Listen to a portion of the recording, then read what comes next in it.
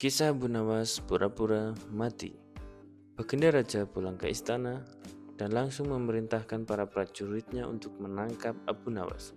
Tetapi Abu Nawas telah hilang entah kemana karena ia tahu sedang diburu para prajurit kerajaan.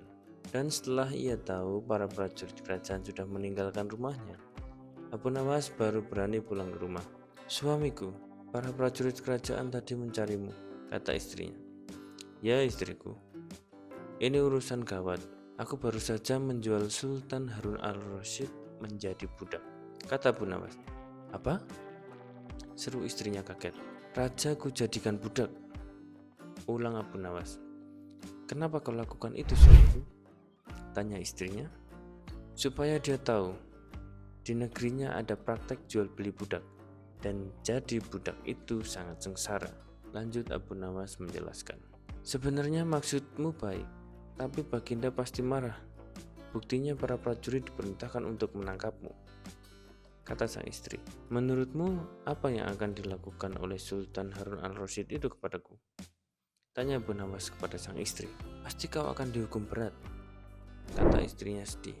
"Gawat, aku akan mengerahkan ilmu yang kusimpan," kata Abu Nawas. Abu Nawas masuk ke dalam. Ia mengambil air wudhu lalu mendirikan sholat. Lalu berpesan kepada istrinya apa yang harus dikatakan bila Baginda datang.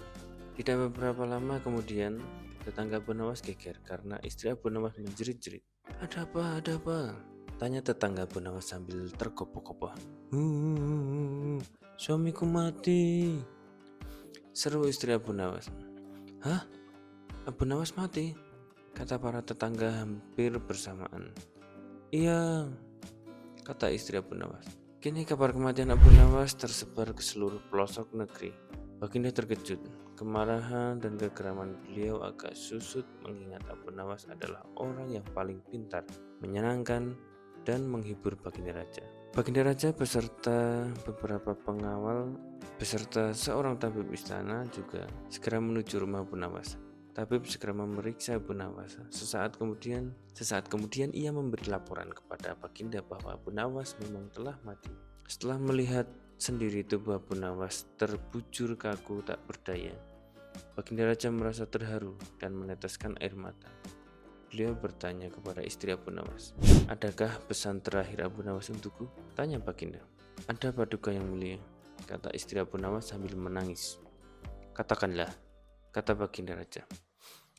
Suami hamba, Abu Nawas memohon, sudilah kiranya Baginda Raja mengampuni semua kesalahannya dunia akhirat di depan rakyat," kata istri Abu Nawas terbata-bata.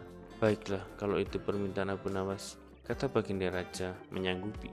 Jenazah Abu Nawas diusung ke atas keranda, kemudian Baginda Raja mengumpulkan rakyatnya di tanah lapang. Beliau berkata kepada rakyatnya, "Wahai rakyatku, dengarkanlah bahwa hari ini aku Sultan Harun al-Rasyid telah memaafkan segala kesalahan Abu Nawas yang telah dibuat terhadap diriku dari dunia hingga akhirat, dan kalianlah sebagai saksi," kata Baginda Raja. "Syukur," kata suara dalam keranda. Seketika pengusung jenazah ketakutan, apalagi melihat Abu Nawas bangkit berdiri seperti mayat hidup. Seketika rakyat yang berkumpul lari tunggang-langgang, bertubrukan, dan banyak yang jatuh terkilir. Abu Nawas sendiri segera berjalan ke hadapan Baginda. "Hamba masih hidup, tuanku. Hamba mengucapkan terima kasih yang sangat tak terhingga atas pengampunan tuanku," kata Abu Nawas. "Kurang ajar, ilmu apa yang kau pakai, Abu Nawas?" tanya Baginda Raja. "Ilmu dari Maha Guru Sufi Guru hamba yang sudah meninggal dunia," kata Abu Nawas. "Ajarkan ilmu itu kepadaku," pinta Baginda. "Tidak mungkin, Baginda. Hanya guru hamba yang mampu melakukannya. Hamba tidak bisa mengajarkannya sendiri," jelas Abu Nawas.